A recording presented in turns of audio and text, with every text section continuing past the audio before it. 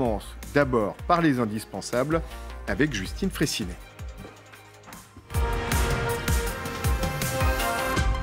Bonsoir Justine. Bonsoir Emmanuel, bonsoir à tous. Alors depuis le début de la conquête spatiale, l'espace est, on le sait, un terrain d'affrontement stratégique. La donne a changé, ça reflète en quelque sorte le nouvel ordre mondial. Oui, c'est le terrain d'affrontement des superpuissances économiques, notamment les États-Unis et la Chine, mais pas que, il y a aussi l'Union européenne, la Russie et l'Inde. Si on ne se focalise que sur le budget, les États-Unis consacreront en 2023 25 milliards de dollars au spatial, c'est 3% de leur budget, 5 milliards de plus que cette année. La Chine y consacrera 10 à 15 milliards selon les spécialistes, les trois autres puissances sont loin. L'Union européenne, 10 milliards, Union et États confondus. La Russie, 3,5 milliards, c'est d'ailleurs un budget à la baisse, et l'Inde, environ 2 milliards de dollars. Alors on va se concentrer sur les deux géants, les États-Unis et la Chine. Oui, s'il y a un fossé avec les autres, eh bien c'est parce que les États-Unis et la Chine envisagent ce dossier déjà comme celui d'une guerre. Washington n'a jamais consacré autant de personnel et d'argent au spatial. En 2019, sous Donald Trump, elle a d'ailleurs créé l'United States Space Force, c'est la 6e branche des forces armées américaines, regroupant, écoutez bien, 16 000 militaires et civils.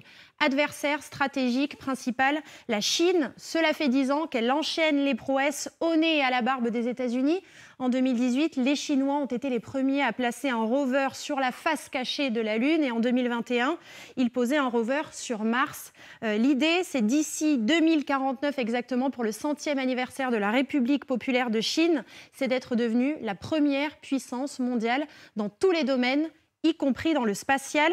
Les deux superpuissances se disputent en fait le même objectif, investir et exploiter la Lune. Côté États-Unis, c'est la mission Artemis, programme lunaire qui coûte à lui seul 10 milliards de dollars par an, soit la totalité du budget spatial européen. Première étape, c'est la création d'une station spatiale lunaire, la Lunar Gateway, où les astronautes pourront vivre, enchaîner les missions sur la Lune et qui, à terme, pourrait servir de rampe de lancement vers Mars. Côté chinois, la première étape sera de poser un pied sur la Lune, ce qu'ils n'ont pas réussi à faire jusqu'à présent, puis y établir là aussi une base, exploiter des ressources et viser Mars eux aussi. Et ils ont un allié de poids dans leur équipe. La Russie, ses ambitions guerrières l'ont obligée à revoir à la baisse ses ambitions spatiales. Elle met donc ses connaissances au service de son allié. Ensemble, ils travaillent à une station scientifique lunaire pour concurrencer l'américaine Artemis. Et l'autre grande compétition, c'est l'Internet satellitaire. Oui, en clair, un Internet à très haut débit partout sur la planète via satellite et non plus uniquement via câble sous-marin. Côté américain, le gouvernement s'appuie sur Starlink, le projet du milliardaire Elon Musk. À ce jour, c'est la constellation pour le très haut débit qui est la plus avancée, car elle a déjà 3000 satellites qui sont en service, sur 40 000 qui sont prévus à terme, et des services qui sont déjà disponibles. Et puis côté Chine, c'est très flou, parce que le gouvernement chinois dit travailler sur une constellation de 13 000 satellites. Alors à ce jour, l'ambition est grande, mais pour le moment, aucun satellite n'est en orbite. Et précisément sur cette branche de l'aérospatiale, eh bien, l'Europe semble plus avancée parce que les 27 sont en pleine négociation pour lancer une grande constellation européenne avec de premiers services qui sont attendus pour 2024. Le français Eutelsat a lancé 2 mini-satellites l'année dernière. Il vient tout juste d'ailleurs de fusionner avec son ex-rival britannique OneWeb. 428 satellites en orbite à ce jour.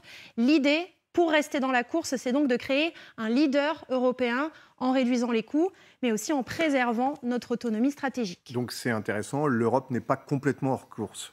Oui, pour l'instant, même si l'Europe est à la traîne, et c'est précisément une question de moyens. Pour se faire une idée, le budget de la NASA, l'agence spatiale américaine, est 4 fois supérieur à celui de l'ESA, l'agence spatiale européenne.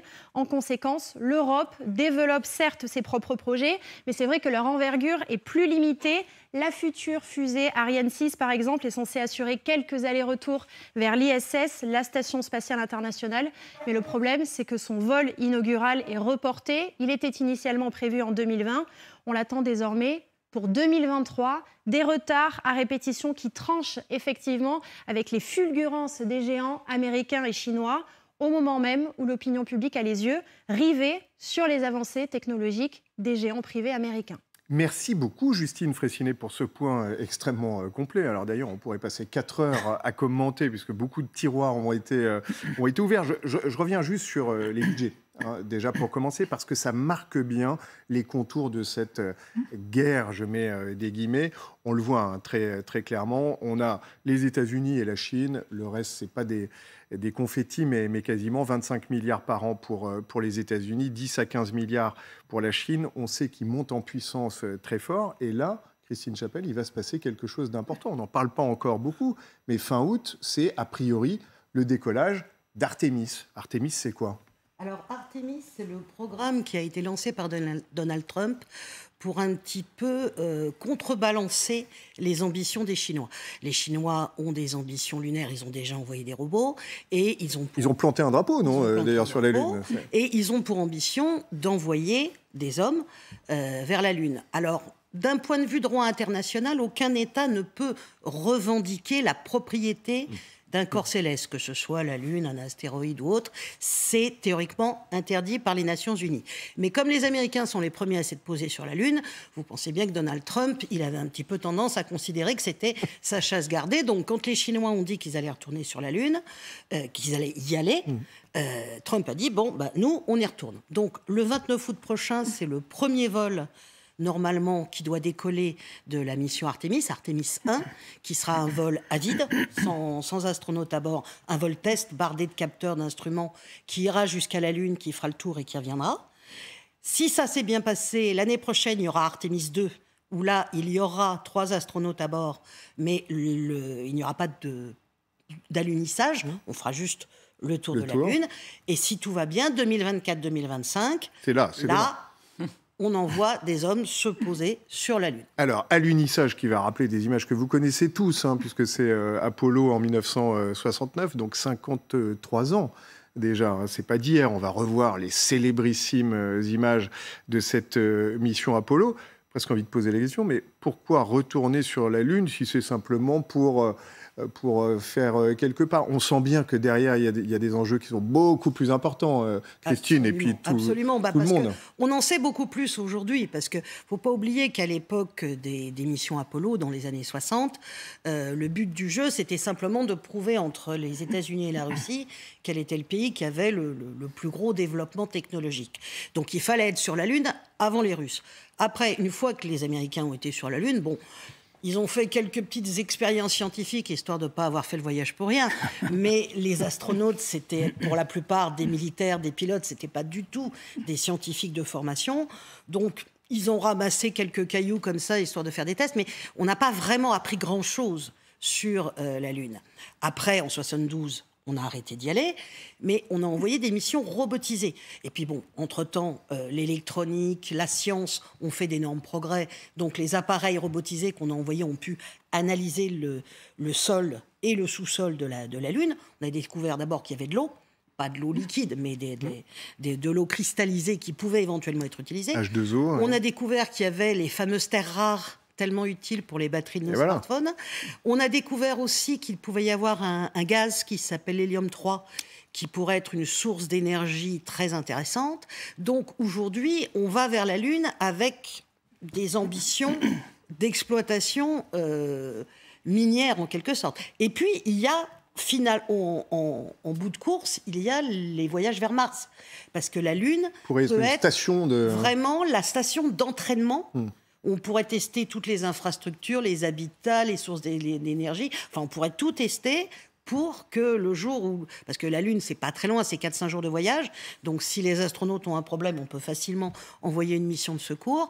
Ce qui ne sera pas le cas pour Mars, où là, ce sera plutôt 3 mois de voyage. C'est ça, donc, dans le meilleur des cas. Donc, la Lune pourrait servir de site d'entraînement pour la conquête martienne. Tour de table sur cette question qui est passionnante et qui nous montre ce conflit indirect, hein, mais qui est à la fois économique, à la fois patriotique et diplomatique entre les États-Unis et la Chine. Marc Toiti. Quelques points peut-être importants, parce qu'effectivement, 25 milliards de dollars, ça paraît énorme, mais c'est que 0,5% du PIB américain. Alors que dans les années 60, la conquête spatiale, la NASA, le budget de la NASA, c'est 4,5% du PIB américain. C'est-à-dire qu'en part relative, on dépensait beaucoup plus à l'époque. Effectivement, il y avait le match avec l'URSS, puis après, il y a eu cette fameuse guerre des étoiles. Et en fait, alors bon, on n'en est pas complètement sûr, mais après, c'était un bluff. De Ronald Reagan à l'égard effectivement des Russes, en disant là non, on va faire la guerre des étoiles, on va envoyer effectivement des satellites avec des missions pour tout contrôler, détruire les éventuels missiles nucléaires, etc. En fait, c'était un bluff. Les Russes ont suivi à l'époque, donc c'était des dépenses évidemment colossales. Ensuite, il y a eu le contre-choc pétrolier, c'est-à-dire les prix du pétrole ont baissé, etc. Espérons que ça va arriver un jour. Et donc les Russes étaient surendettés, ils n'ont pas pu effectivement rembourser tout ça. Et donc c'est ce qui fait que c'est pas la seule raison, mais c'était aujourd'hui, on voit le nombre de satellites, malgré tout, les États-Unis, c'est quasiment 3000, la Chine un peu moins de 500. La Russie est à la traîne, pour le coup, par rapport... Ils ont plus les moyens. Ça marque un changement d'époque. Je pense qu'ils n'ont plus les moyens financiers. Juste, dernier point très important, je pense que vous avez dit, le terme clé, c'est l'hélium 3. C'est-à-dire qu'aujourd'hui, on se rend bien compte que la clé de l'avenir, c'est l'énergie. On voit bien ce qui se passe aujourd'hui, cette guerre en Ukraine, etc. Donc là, a priori, si on en croit les scientifiques, l'hélium 3, si jamais on arrive à déjà l'extraire et puis surtout à le traiter, finalement, ça pourrait produire de l'énergie pour l'humanité entière pendant des siècles. Donc c'est assez incroyable. Celui qui va capter cette source d'énergie, mais alors, sera, évidemment, on en parlera avec Franck Louvrier ensuite. Qui peut posséder la Lune? Mais d'abord, Pascale Tournier. Rapidement, moi je pense que ce qui est intéressant, effectivement, c'est qu'on voit bien qu'il y a un basculement dans l'ordre mondial, parce qu'il y a, comme vous l'avez très bien dit déjà, autrefois, il y a quelques années, c'était la bataille était se jouait entre les États-Unis et la Russie. Et là, la Russie est obligée de s'appuyer sur la Chine. Même sur un autre cas qui est très précis, d'un satellite qui va être lancé, là, elle s'appuie sur l'Iran. Elle n'est plus capable d'être cette puissance spatiale telle qu'elle l'avait été. Et le deuxième élément que je voudrais rajouter, c'est que, bien évidemment, l'espace, ça fait rêver. Et donc, c'est aussi un champ formidable pour la propagande, pour vraiment essayer de... C'est ce qu'avait essayé de faire, vous l'avez cité aussi tout à l'heure, la guerre des étoiles avec Donald Reagan, qui était en fait... il y avait un peu un coup de bluff qui était opéré pour montrer sa puissance. Donc là, quelle va être aussi... On voit bien que la Chine aussi, c'est un peu son objectif, c'est de montrer que, ce que votre intervenante a dit tout à l'heure, en 2049, que la Chine soit très puissante sur ce terrain-là. Donc et puis voilà, donc c'est ça intéressant, ce côté propagande, objet de communication et donc d'une certaine manière aussi un peu nouveau Far West, nouvelle frontière. Oui, alors c'est le phare, on ne sait plus comment le dire. Voilà, reste cette question centrale.